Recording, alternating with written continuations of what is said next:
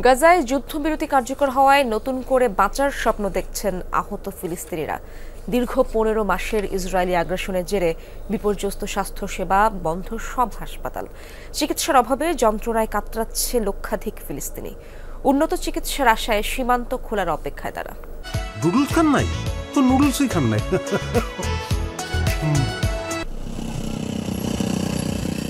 গাজার পশ্চিমাঞ্চলে সাবরা এলাকার বাসিন্দা জুহদি সারদান গেল বছর অক্টোবরে বর্বর ইসরায়েলি হামলায় হারান ডান পা। আল শিফা হাসপাতালে ভর্তি হলেও ওষুধ সরঞ্জামের অভাবে জোটেনি পর্যাপ্ত চিকিৎসা। আগ্রাসনে ধ্বংস হয় তার বাড়িঘরও। আশ্রয় না পেয়ে অসুস্থ শরীরে টানা 8 দিন কাটাতে হয়েছে রাস্তায়।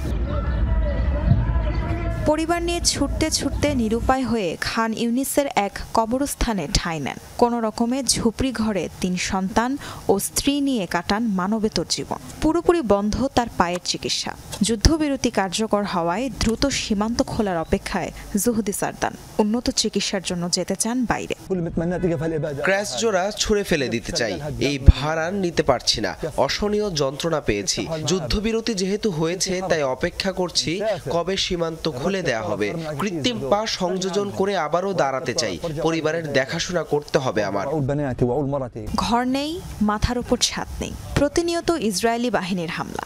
গাজার বাকি 22 লাখ মানুষের মতোই এমন বিভীষিকাময় অভিজ্ঞতার মধ্য দিয়ে যেতে হয়েছে জুহদি ও তার পরিবারকে।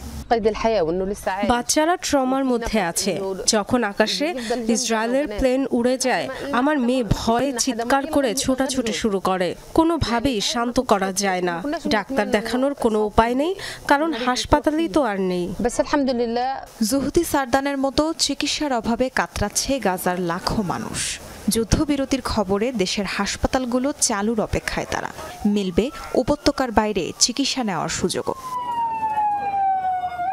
তাজরিয়ান সোবহান, যমুনা নিউজ।